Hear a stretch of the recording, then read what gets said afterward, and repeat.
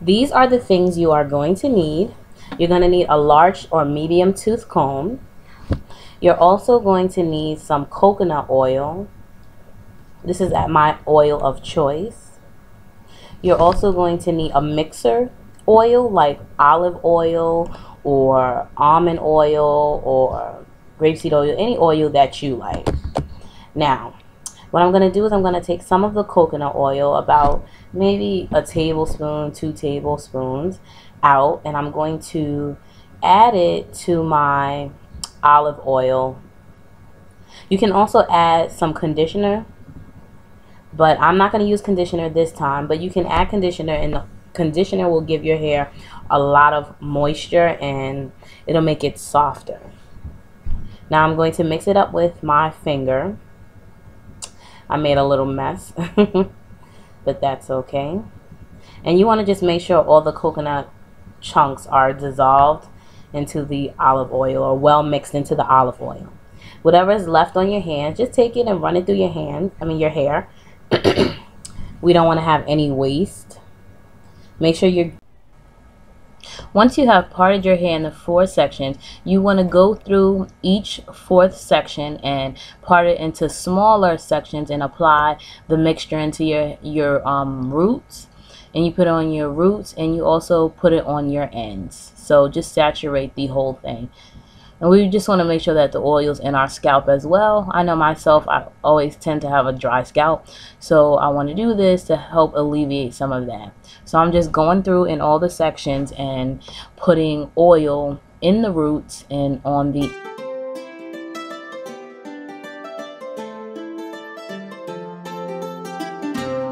Now I'm taking down all the sections, and I'm just going to massage my scalp and my edges and anywhere else on my hair, and I'm going to just pull up all my hair into a bun. Once it's in the bun, I'm going to put my cap on, my plastic cap, and then on top of the plastic cap I'm going to put I guess a do-rag, or I don't know what you would call that, and also a satin scarf. And I'm just going to let that sit overnight. Now I've already washed out the oil, and this is the shampoo and conditioner that I used. I used Cream of Nature, the Argan Oil shampoo and conditioner. And now I'm going to use my medium tooth comb and my Cream of Nature leave-in conditioner, which works very well. I'm going to spray my whole head, root and ends. Make sure you get a good amount of that. And then after I finish saturating my hair with this leave-in conditioner, I'm going to go ahead and comb out my hair. I'm detangling yet again.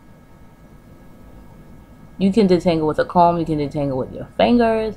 I prefer to use this little blue comb. It helps to detangle.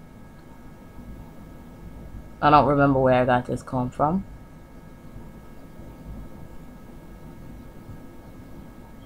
Just make sure you get all the tangles out before we go ahead and blow dry. Now I'm going to put in my heat protectant serum, and I'm going to sit under the dryer, and this is what I look like when I get out the dryer. I dry my hair probably 75%. But probably 70% of my hair is dry. And I just wanted to show you, well, I guess this isn't the part. Okay, here we go. I wanted to show you from when I was tech lab that some of the strands of my hair were broken off, because I told you I suffer from terrible matting and tangling. So you couldn't really see it in the video, but I have quite a few short strands. So anyway, I'm going to go back to parting my hair. This time I'm just going to part it into 3 sections. And this is how I blow dry. And I'm using some clips to just hold the section so it doesn't get in my way. Put some more heat protectant serum onto my hair. And now I'm just going to blow dry. I blow dry on low temperature, but fast air. So like the speed of the air comes out quickly, but the temperature of the blow dryer is low. Not cool, but low. And I just go ahead and work my way through my hair and blow dry. I was showing you another area that is a little bit shorter because of the texlaxing, but I'm no longer texlax. Although I do have just a few areas that kind of are still texlax, but I'm going to leave it as is, and I'm just going to continue to relax my hair. I'm not going to try to correct it anymore. I already got a corrected relaxer. Whatever was left out, it's okay. It'll just eventually grow. You know, it'll keep growing. So I'm just going to go through section by section, blow drying my hair, making sure I have my heat protectant on and all that jazz, because we don't want any, you know, heat damage. So yeah, that's what I'm doing here. And I don't do it all in one big section because it comes out straighter and there's not going to be any heat on it. And I'm doing this to close the cuticle. Now this is actually 2 days later because I didn't flat iron it right away because I just didn't have the time. But now that I have the time, my hair is still clean, but now that I didn't put any products in it, now that I have the time, I'm going to flat iron it. But I start off by separating my hair into 3 sections, and I'm always detangling, and I'm setting my flat iron to around 375. I'll keep it between 350, 375. I mean, hair burns at 451. So as long as you keep it under that, you should be fine. And I'm just going to part in the back and then put something to hold the part. And I'm going to start flat ironing from the back. But first I'm going to do this silly hairstyle in the front just to hold the hair so that you guys can actually see it as I'm flat ironing it. I made this section a little bit smaller because it was a little bit too long. I mean too much hair. And I just comb it out first with a small tooth comb because a small tooth comb makes it where you are not flat ironing your hair in random directions because it wasn't all smoothed out. But the small tooth comb will smooth it all out. And I flat iron it, and then I hold my finger, you see, in the middle where I want the biggest, where I want it to be wider, I guess, or bigger. I hold my finger there, and when I hold my finger there, it holds the curl in better. So I just hold it there for a few seconds and then I let it go. You see? Okay, this is the back view. I'm finished with the back. And all you have to do to get that look that I have going on is just holding it while you're curling it, like I just showed you, but doing the curls just a little bit tighter when you get to the top layers. Now I'm putting my heat protecting serum in the front, and I'm just going to speed through this. I really don't have to talk my way through this part because I'm doing exactly what I did in the back, but I'm doing it in the front.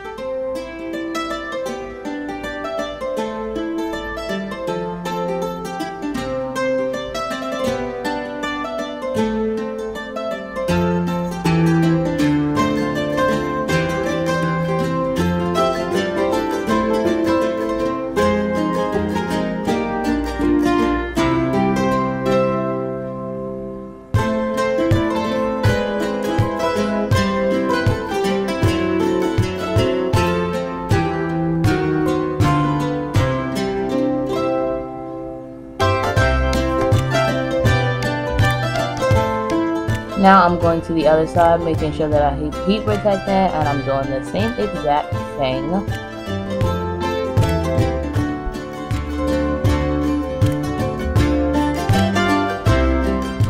I don't have a lot of products in my hair. Pretty much the only thing I have in my hair is the leave-in conditioner and the heat protectant.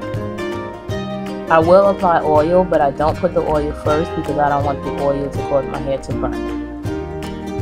So I'll just wait till I'm done and then I'll add some oil, which I don't think I did in the video, but you can add your own oil.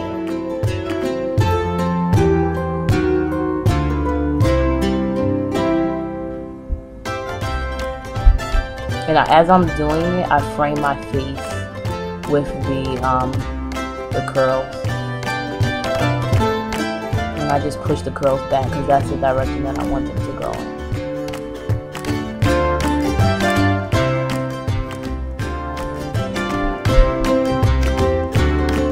Now, as you can see, I left a part in the middle, and that's because I want to add just a little bit more height in the middle and some layers effect.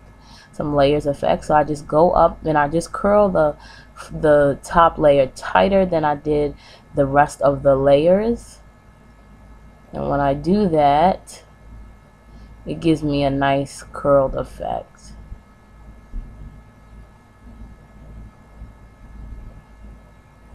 And then I just finger it until I figure out how I like it.